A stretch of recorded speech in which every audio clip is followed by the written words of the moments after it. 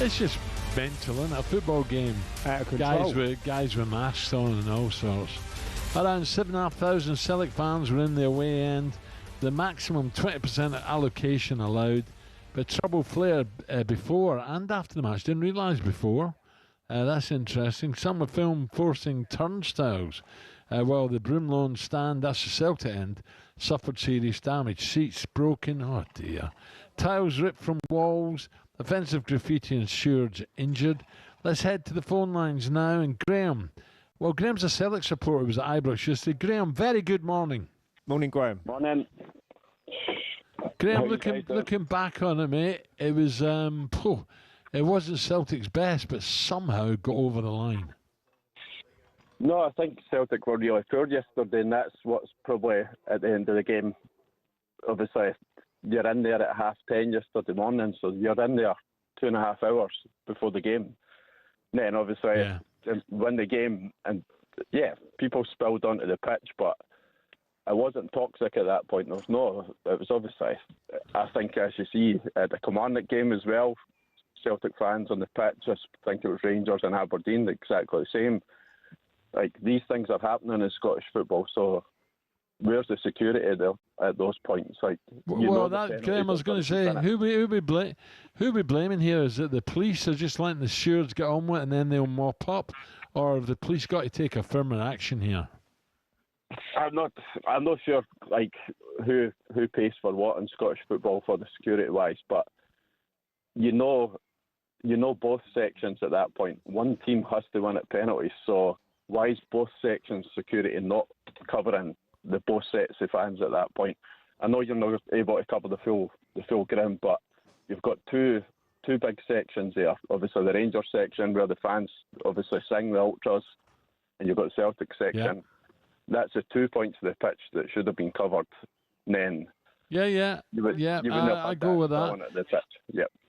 And that at that Graham, point, how did you feel after the game going home? Were you penned in for ages?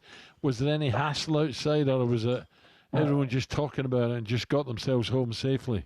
No, that's probably the unsafest I've ever felt coming away from a ground yesterday. And I think there's videos that have came online as well, fans attacking each other and things. But yeah, outside the ground, even before the game, like, there's stuff getting thrown in from both sections. But as I say, you're getting penned in there from 10:30 in the morning to get pushed in, and that's the same when Rangers fans go, obviously, to Parkhead as well. You're in there for an hour and a half, 2 hours before kick-off. The atmosphere was unreal. But obviously it spilt over, but afterwards, I think I heard you say earlier, like, sing the songs for 90 minutes, 120 minutes and leave, but obviously that's not happening anymore. People are covering their faces, running out of the pitches. These things. Well, that's a problem, isn't it? No, you're right, Graham. You're right, mate. Graham, thank you. John is now as a man who witnessed the toxic scenes at Ibrox. We heard him earlier. talkSPORT Scotland correspondent.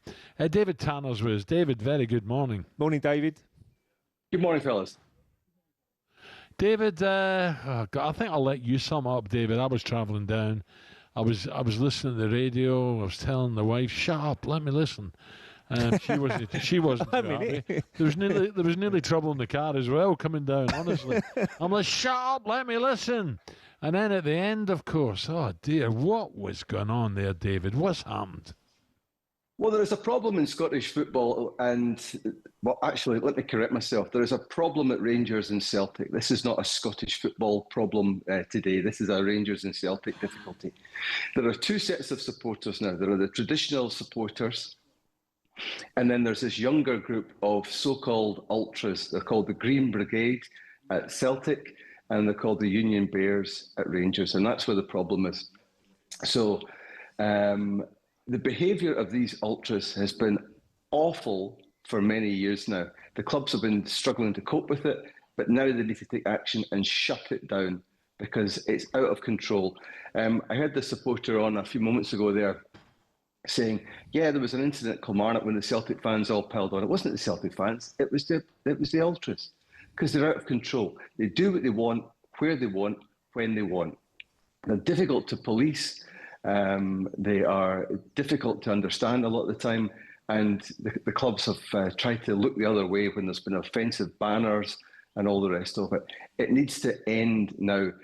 And the supporters spilled onto the pitch, that means there's a difficulty. Supporters are meant to be in the stands, the players are meant to be in the pitch, and not the other way around. And with players jumping into the fans, trying to be popular, trying to get social media hits and all the rest of it, the behaviour needs to improve. So the clubs have indulged these people for long enough, and now they need to take action. And I'll tell you this, the supporters and it was in the main Rangers supporters, had their faces covered, but also at the Celtic end as well. I described it on the radio in talkSPORT yesterday. They need to ban face coverings. I actually think they need to make that a criminal offence now in a football stadium, because they wear these masks for a reason, right? Because they come with the intent of causing trouble. And that's what happened yesterday. And they know that they'll be filmed. They know that there'll be CCTV. They know that there'll be TV cameras. They know there'll be video cameras and phone cameras and so on. They're covering their identities for a reason. That they need to legislate for that. So there needs to be a root and branch review here. But the one thing that cannot continue is these so-called ultras at the Old Firm. By the way, it does happen at other clubs, but not to the same extent as we see on a week-to-week basis at Celtic and Rangers. Yeah, David, just a quickie on the game. Rangers must be waking up this morning. Look, I didn't see it. I was listening. I was listening to some of the experts who were there, co-commentating. It sounded as if it was just defensive for, the main part of the game for Celtic. I know there's a lot of changes, but crikey, was it no shots on target in 90 minutes? I've never in my life seen an Old Firm game with that happening before. Yeah, they had one effort goal in the 120 minutes, Celtic, and Rangers had 24 and couldn't put any away. The one thing I'll say about Celtic's resilience under Martin O'Neill is unbelievable. They've had so many injuries throughout the season, and yesterday Kieran Tierney was out and Callum McGregor, their captain and inspiration, missed the game as well, and yet they still had enough. The one thing I said last week after the Old Firm game, when we saw how poor Celtic were in the first half, how poor Rangers were in the second half, and how poor they both were for 120 minutes yesterday. It'll be a travesty if Hearts don't win the league. Well, I've said for weeks now, I think Hearts can win it. And of course, just a quick one on Neil Lennon with Dunfermline. What a job he's done. Can Dunfermline get to Hampden for a final? Well, they're at Hampden for the semi-final. He's been kept apart from Martin O'Neill, and what an occasion that would be if Celtic under Martin O'Neill were up against Dunfermline under Neil Lennon in the final. So, listen, there's a lot of football to be played between now and then. The two semi-finals will be terrific occasions, as long as everybody behaves themselves. But that'll be the end of 7,500 Celtic supporters at Ibrox, and Rangers getting the 6,000 or whatever at Parkhead. That's finished now, do you reckon? Alan, do you know what's interesting?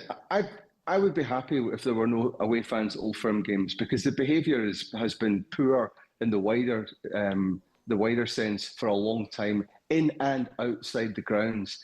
But I don't think it was connected, yesterday's trouble, with the 7,500 Celtic fans who were there, because we have to differentiate between the standard great football fans that go along and support Celtic and Rangers and these ultras. So I think we need to be careful about making judgments on the bigger selection issues. I'm not a fan of the bigger allocations for the away supporters, just because it's such a pain for the police services. And I think about the Police Scotland officers who have to deal with that yesterday.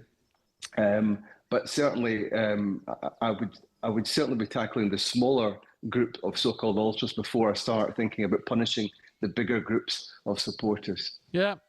Good point. David, thank you. Good point.